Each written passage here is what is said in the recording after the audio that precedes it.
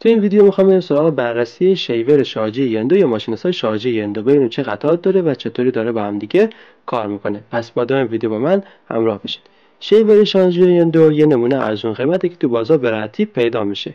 وقتی که رو شیور رو نگاه میکنید یک کلید وضعیتی میبینید که رو آف که باشه شیور به برق بزنید باتریتون شارژ میشه، رو آن هم که باشه میتونید ازش استفاده کنید.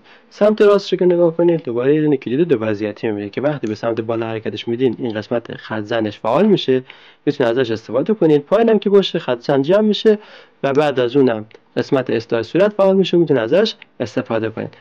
حالا با هم دیگه میریم داخل شیور رو ببینیم که چه قطعات داره و چجوری داره با هم دیگه کار میکنه. قسمت در پشت بالا من برمی‌دارم و بعد از اونم قاب پشتش رو آزاد میکنم.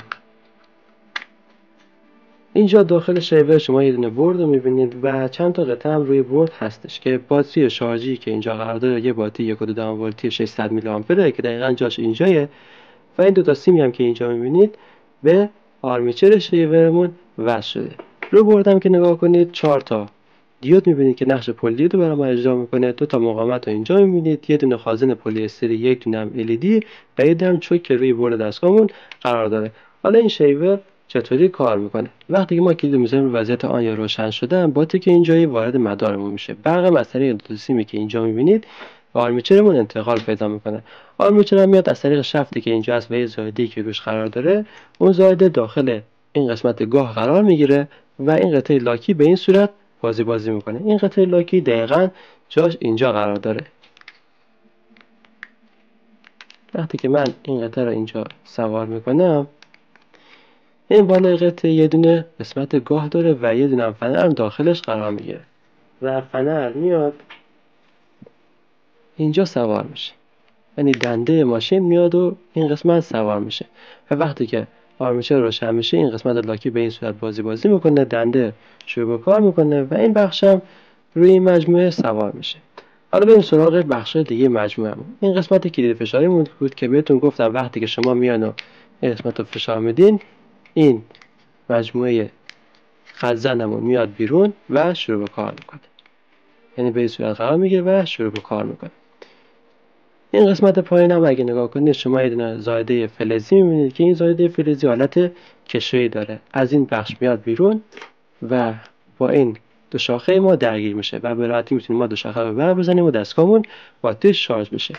این سمت هم که LED دستگاهمونه، کلید این بخش که کشویی هستش دقیقاً این پایین قرار داره، یک کلید بزرگی که راحتی فشار میدیم و این قسمت میاد بیرون و به راحتی دستگاهمون شارژ میشه. حالا بریم بورد دستگاه رو در بیاریم و پشت بورد دستگاه رو با هم دیگه یه نگاهی بکنیم.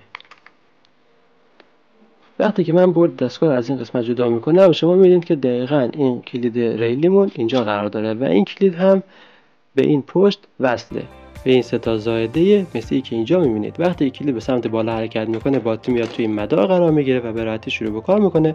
وقتی هم که به سمت پایین باتریمون شارژ میشه.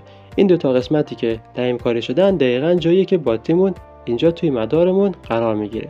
اینجا هم که مربوط میشه به 4 تا دیودمون که نقش پل دیودو داره.